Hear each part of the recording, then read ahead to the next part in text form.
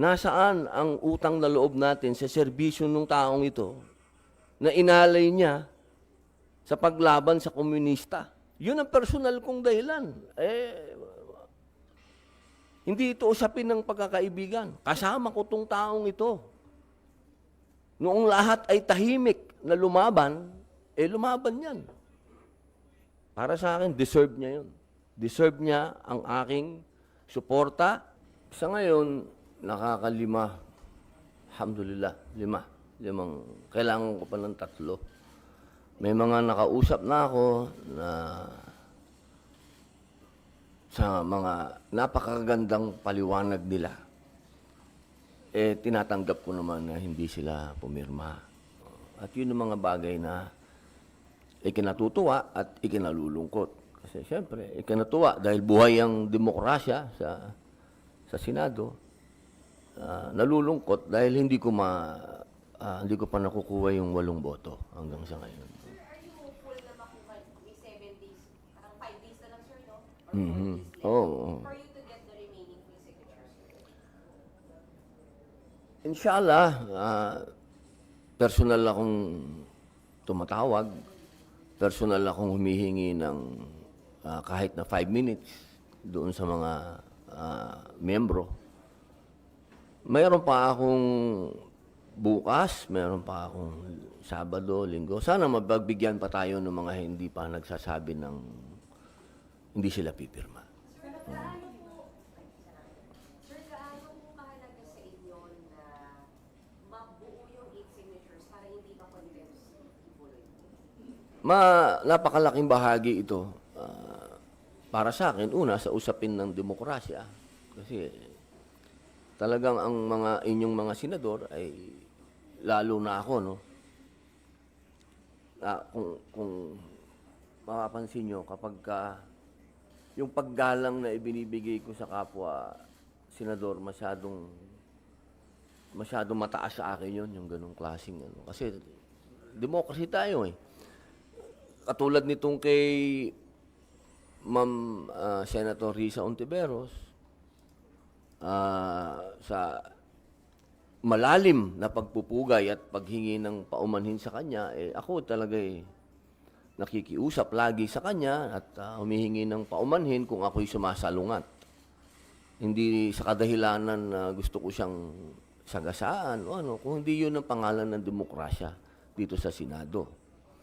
Kaya ano man ang kahinatnan nitong aking motion na bawiin sana yung contempt, ang mahalaga sa akin dito, pinaglalaban ko to. Kasi demokrasya ito eh. Magkakaiba tayo ng prinsipyo. Hindi ito usapin ng kaibigan ko, si pastor. Hindi yon. Walang ganong klaseng hiwalay yon. Ang aking paniniwala dito, ito ay nasa DOJ na. Hindi naman siguro kalabisan kung hingin natin sa ating mga kasama na wag nang dalawang sangay ng gobyerno pa ang gagawa ng investigasyon. Merong judiciary, meron pang House, meron pang Senate.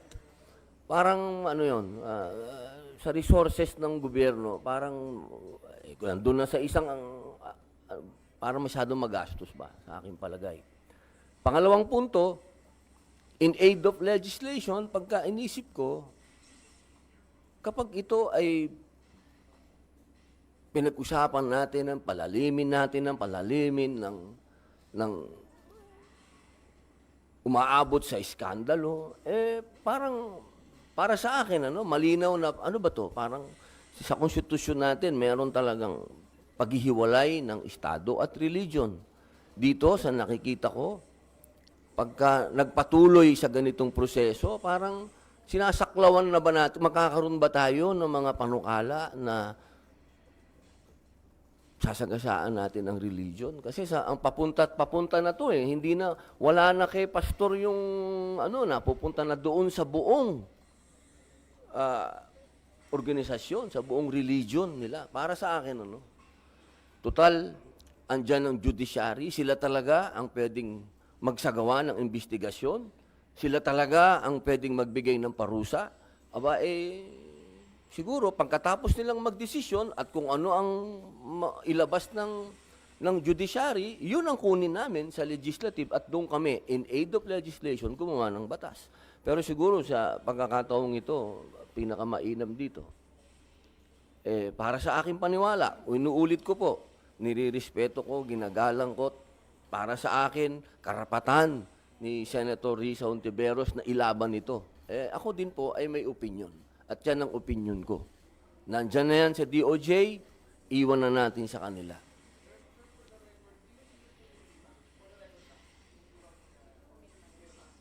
Siyempre, sayang nga dahil ang kailangan pumirma dyan, mga miyembro. Kung nagkataon na miyembro sana si Bato tsaka si Tolentino, di sana may 4 na ako. Ngayon, dadalawa kami ni Senator Go na PDP laban, si Ma'am Tita Mama Bear, Cynthia Villar, 3, si Ma'am Gabriela Silang Marcos, pang-4, at si Super Rider, Senator JB Ejercito. 5 kami. Kulang pa kami ng 3, boss. Oo. Tulungan mo naman ako.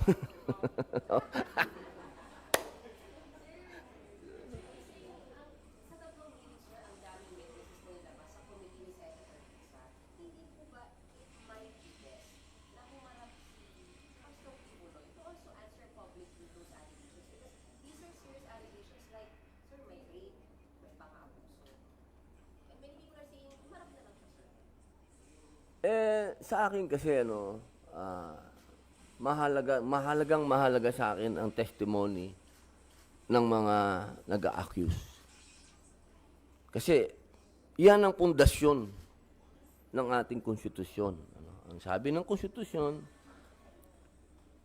ikaw ay inosente hanggat ikaw ay hindi napapatunayan na nagkasala. Okay, napakahalaga nun. At yun, nag-a-apply yun sa akusado at nag-aakusa. Diba? Ngayon, pag ikaw ay nag-aakusa, dapat, para sa akin, hindi ka dapat, una, natural lang na matakot.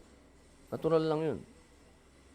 Pero, kung yung pinaglalaban mo at yung ginawa sa'yo, gusto mong magkaroon ng sapat na kaparusahan at maging aral at magkaroon ng mga batas patungkol dito, dapat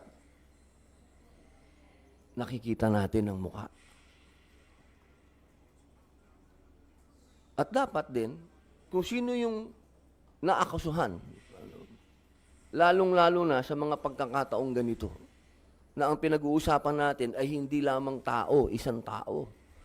Pag sinabi natin kasi na si Pastor Kibuloy, religion nito. Sana mas maintindihan natin na itong kaso na to, hindi ito usapin lang ng isang tao. Ito ay usapin ng isang pananampalataya. Mahalagang natin yon. Ilagay natin wag natin ialis ang usapin na yon sapagkat meron tayo sa konstitusyon na paghihiwalay ng religion at ng estado. Kaya sana para wag na tong lumaki, para sa akin, andyan na sa DOJ, hayaan na natin sila. Sila na, antayin natin kung ano ang kanilang desisyon, anong findings nila, kung ano ang ipaparusa, kung may nagkasala. Then from there, doon tayo gumawa ng in aid of legislation. Wala tayong magiging usapin ng nagkaroon ng trouble, nagkaroon ng gulo, yung mga ganon. Some people are also saying in the spirit of fairness, lahat naman ng resource person, sir, pag hindi ka lang dumarating na contempt at na-arresto, bakit daw si Pastor Kibuloy? Why may he be an exception, sir? Kung maalala mo, ako wala akong relasyon kay Aguila, yung isang kanilang, kanilang inimbestigahan. Hindi ako pumunta kahit isang hearing nun. Kasi sa loob ko, nasa loob ko na yon na pagka ganito na ang pinag-uusapan natin ay grupo ng mga taong may pananampalataya. Nasa akin lagi yung teka muna. Medyo mag-ingat tayo sa usapin na ito. Hindi ito, yung hindi ko pagpunta doon, isa na yung, lahat naman ng hearing dito, kung pwede puntahan ko Pero yung hearing na yun, talagang hindi ako pumunta. Kasi nandun ako. Hindi ito bago. Itong kay Pastor Kibuloy, yun uli ang posisyon ko. Meron tayong korte, at ang korte natin, yun ang simbolo ng justice. Makikita naman natin, nasa kanila ang justice. So, walang pinakamagandang avenue para humingi ng hustisya ang mga biktima, kung meron. He said, hustisya dito sa mga judge na pwedeng magbigay ng kanilang hukom. Sir, follow-up lang. So, does it apply sa ibang mga hearings na kahit hindi religious leader, basta pag may contempt, yung position nyo ay parang ayaw nyo sa mga nagpapakontempt ng mga resource persons? Or exclusive lang sa mga religious leaders? Yung sa akin po, pag may kinalaman, halimbawa, una, sa religion. Medyo, tayo dyan, ingat tayo dyan. Pagdating sa ganyang usapin, merong korte. May korte tayo para maggawa ng kanilang paglilitis para sa akin. No? Tayo, nandito sa Senado, pag-usapan natin yung mga bagay na talagang may kinalaman at makakagawa tayo ng mga batas na sa palagay ko, unang-una ekonomiya natin. Unahin natin yun. Sir, last na lang, sundot lang. Paano yung tinatanggap yung mga backlash, yung mga negative comments sa inyo sa social media? Dahil, siyempre, yung pagkampi nyo kay Pastor Kibuloy na controversial, at hindi naman lahat ng yung Pilipino ay naniniwala na siya ay inosente. Oo, pero masyado namang diretsahan yung kumampi. Hindi man ako kumampi, tol. Ito naman, masyado naman panghuhusga yan. Isa ka dun, Oo. Masyado mo akong hinusgahan. Ang tawag dyan, demokrasya. Pagkampi sa Bilib na bilib pa naman ako sa balbas mo. Ikaw talaga, akala ko naman, kaisa kita. Hindi, ano yan, democracy. Democracy. Meron akong mga, katulad nung kinausap ko si Ma'am Risa, meron tayong mga personal na dahilan, pare, na pag sinabi ko sa public, kasi lagi sinasabi ng publiko, hindi man lang niya sinabi kung ano yung dahilan niya. Basta sinalungat niya yung sinabi na yung contempt. May mga bagay kasi na pinag-usapan namin ni Ma'am Risa na para sa akin, yun ang sinabi sa akin ng imam ko Naging un-Islamic ako nung first hearing. Kasi hindi ko nasabi sa kanya na ang posisyon ko ito. Bigla lang ako nagsalita. Kaya nung pangalawang hearing, humingi ako ng 1 minutong suspension. Nagpaalam ako sa kanya na ito ang posisyon ko. Personal ko to. Ito ang aking paniniwala. Buong paggalang sa'yo. Hindi ako yung klase ng tao na magga-grandstanding sa hearing at pagiging chairman ni Ma'am Risa. Aagawin ko sa kanya. Ayokong mang sapaw dito. Kapag meron ng tinatanong kayo sa aking media tungkol sa ibang committee, ang lagi kong sinasabi, teka, hindi ako spokesman ng committee na yan, nakakahiya doon sa chairman. Kasi ayokong mang-agaw. Hindi ko naging ugali yun. Ngayon, kung ang tao, sinasabi mo na kinakampihan na, mabihira naman yung kinakampihan. Demokrasya, tol. meron akong sariling dahilan eh. Ang sarili kong dahilan para sa akin, nagiging biktima si pastor kasi nilabanan niya yung NPA. Yun ang sarili kong wala tayo, hindi deserve para sa mga mata ko ng isang tao ang tingin ko bayani sa pakikipaglaban niya sa komunista na naging kasama ko. Ganitong klase, papayagan ko, maiskandalo. Teka muna. Nasaan ang utang na loob natin sa serbisyo ng taong ito na inalay niya sa paglaban sa komunista? Yun ang personal kong dahilan.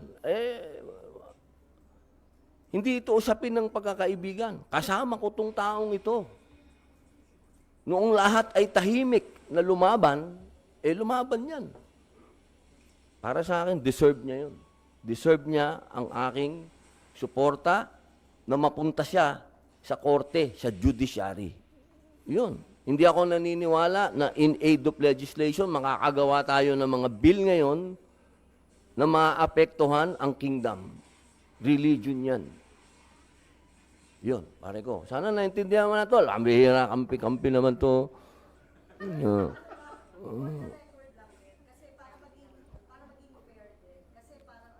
Ito pa isa. Sana naman hindi fair na naman ako.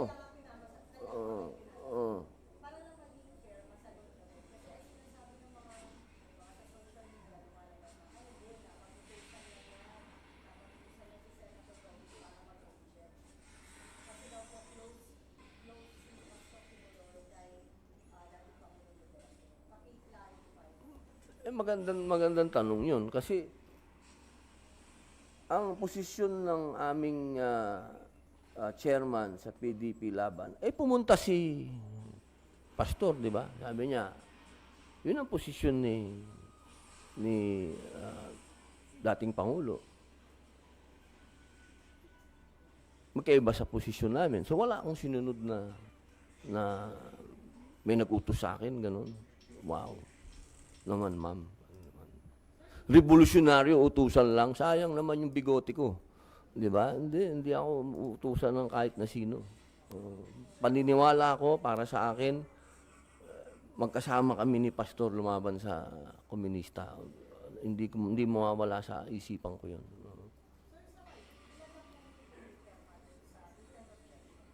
Lima po. Opo. Si...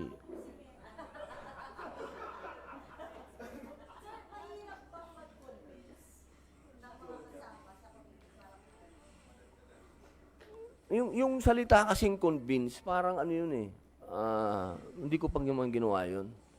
Kasi nirespeto ko naman lahat ang posisyon ng bawat senador. Siguro mas magandang magpaliwanag. Yun, nagpapaliwanag. Ipapaliwanag ko kung bakit ko sinalungat, yung ganun. Hindi naman mahirap magpaliwanag. Siyempre, magpapaliwanag din sila. Binibigyan natin sila ng pagkakataong magpaliwanag. Katulad ni Senador Grace po, napakaganda ng kanyang paliwanag kung bakit hindi siya pipirma. Ganun din si Senator Raffy Tulfo. Yung demokrasya to hindi natin kailangan personalin yung mga bagay na mga ganito. Kaya ako hindi ako titigil na makumbinsi yung iba pa. Halimbawa, si Ma'am Pia. Ma'am Pia ang di pa nakapirma, si Senator Mark Villar, yan. Magpapaliwanag tayo sa kanila.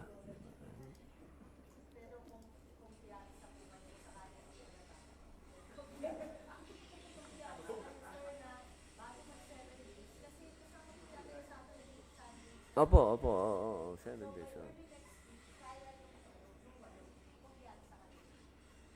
Inshallah.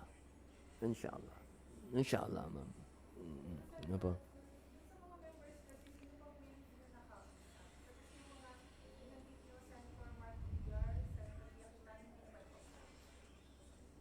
Napatingin ako kay attorney. Sino na ba mga nakausap natin? Si Ma'am Pia, hindi pa. Ma'am Pia, hindi pa. Isa, si Senator Mark, mga 2 araw na namin kinokontak pero hindi pa namin makontak. Oo. Sana kausapin na lang ni Tita Cynthia para mabawasan na ako ng ano.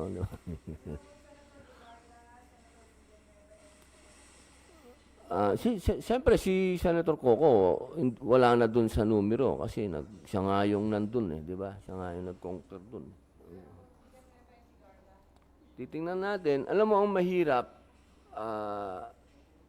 na-tiyempo pa tayo sa buwan ng kababaihan kaya, di ba? Medyo...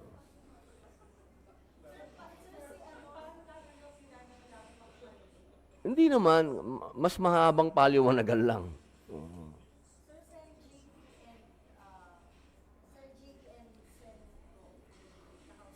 Tapos na po, nakapirma na po si ma'am naman Oh.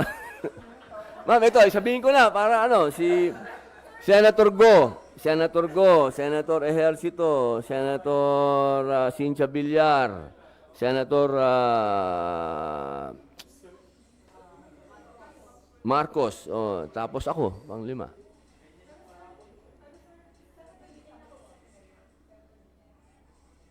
Hindi pa. Wala pa. Oo, wala pa. Ang malinaw sir na no ay Senator Coco at Senator Rafi Tulfo. Dalawa lang sir ang nagno na lang. Yes, ma'am. Siyempre, uunahin mo yung meron kang, di ba? Meron kang, hindi, may relationship ba? Kasi si Ma'am Grace, alam naman natin, anak ng hari ng pelikulang Pilipino, di ba? Si Senator Rafi naman, kaibigan natin, lagi nating kakwentuhan. Yan. Susunod na lang yung mga alpha na medyo,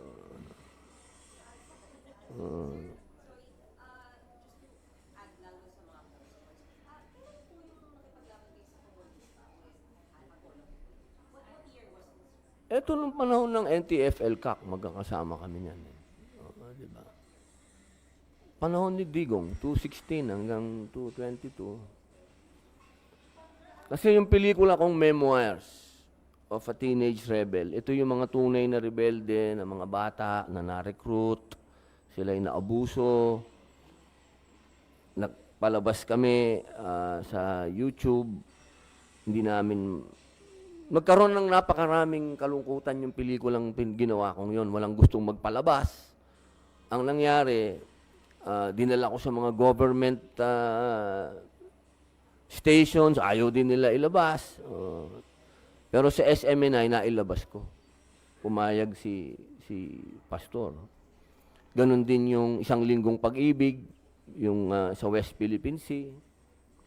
Nailabas ko din sa SMNI. Yun yung partnership ng matagal na paglaban sa komunista.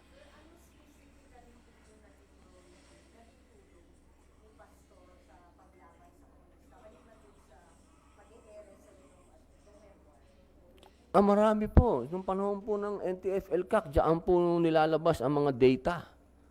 Ang mga data, Ang mga, kung ano yung mga nangyayaring, halimbawa, galing sa AFP, yung mga tinatawag naming, kasi kami mismo nun, meron kaming mga pinupuntahan ng mga sumusurrender, binibigyan ng pag-asa ng gobyerno, binibigyan ng ayuda. Ako lang, ang dami kong pinuntahan na ganyan. 1,000 ang sumusurrender. Hindi mo mapanood sa ibang channel. Mapapanood mo sa SMNI.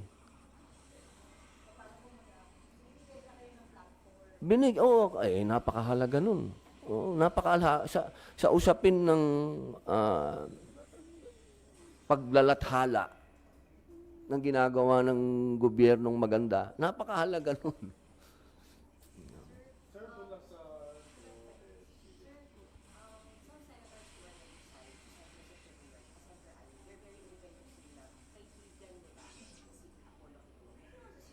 Oo naman po.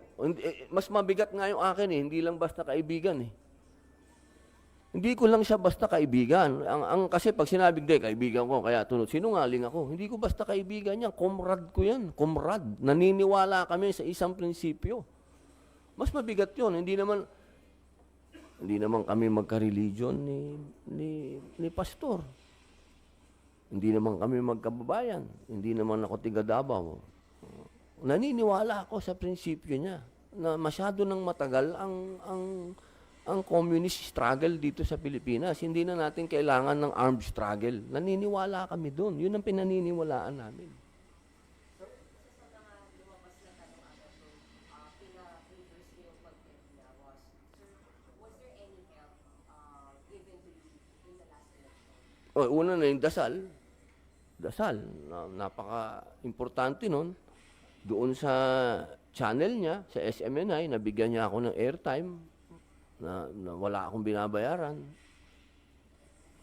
Yung mga panahon na walang tumutulong sa akin dahil ako naman ay walang pera sa kampanya, wala akong pambayad ng helicopter. Hindi, meron akong pera pero para sa mga anak ko. Hindi ko gastusin yan sa politika. Hindi ako naniniwala dun. Yung helicopter niya, pinahihiram niya sa akin. Yung mga ganong klaseng pabor. Was siya campaign contributor?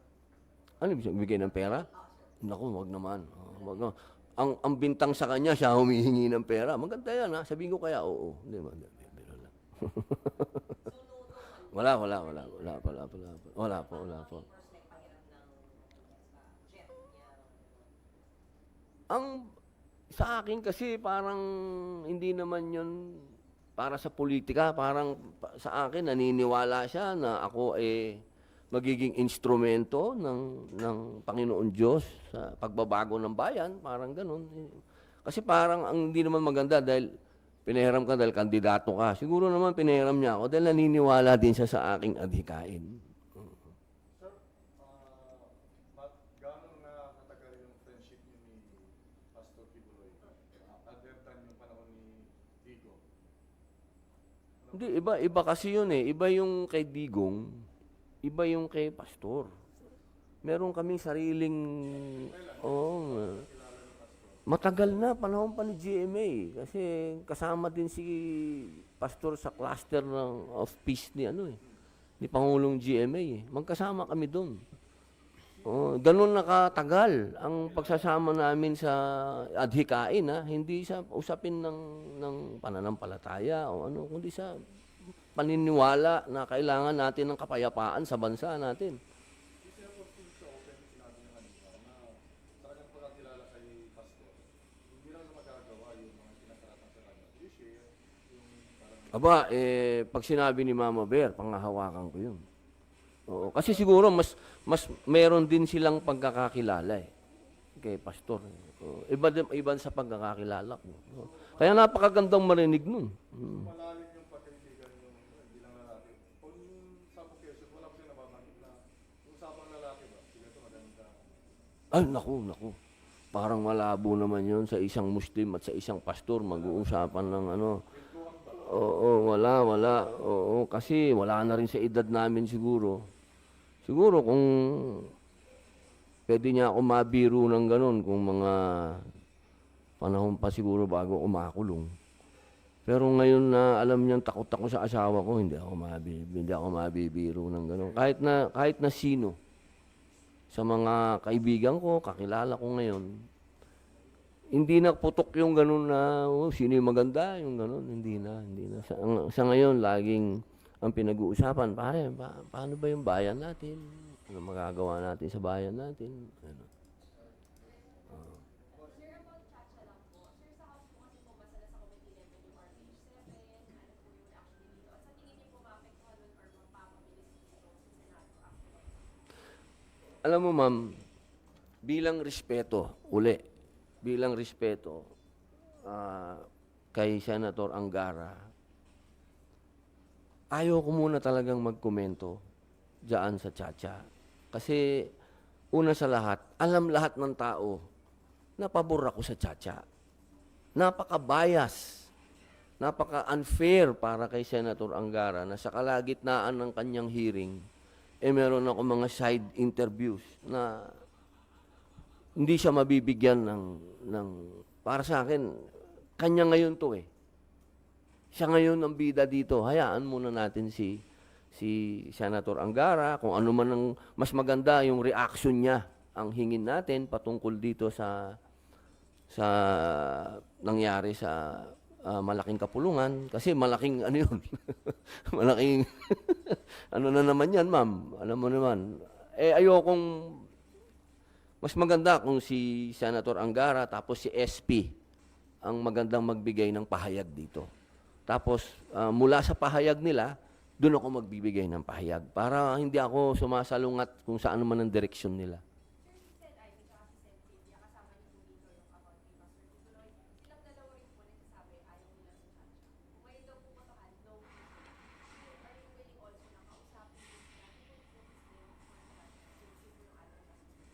Nakausap ko na sila noon pa eh. So, baka naman isipin nila, sirang plaka ako, paulit-ulit, di ba? Naiintindihan ko ang bawat posisyon ng senador sa Chacha. Yan una pa lang, hindi naman ngayon lang, noon pa, noong panahon na tayo ang nagsasagawa ng pagdinig, open naman sila na sinasabi nilang hindi talaga sila okay dyan. At ako naman, nirerespeto ko naman yung kanilang mga posisyon. Pero siyempre, iba ito ngayon. Sa oras na to, ang humihingi nito ay ang executive. So, siguro, ito na yung pinakamagandang oras para kay Senator Sani.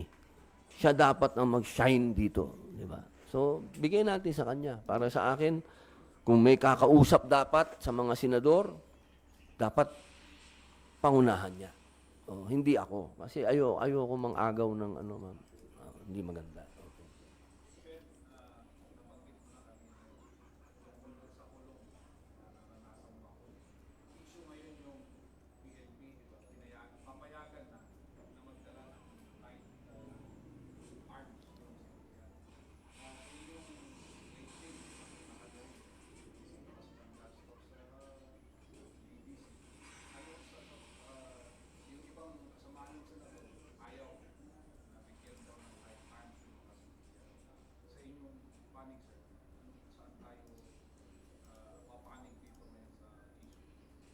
Okay. Napakaganda pong issue niyan.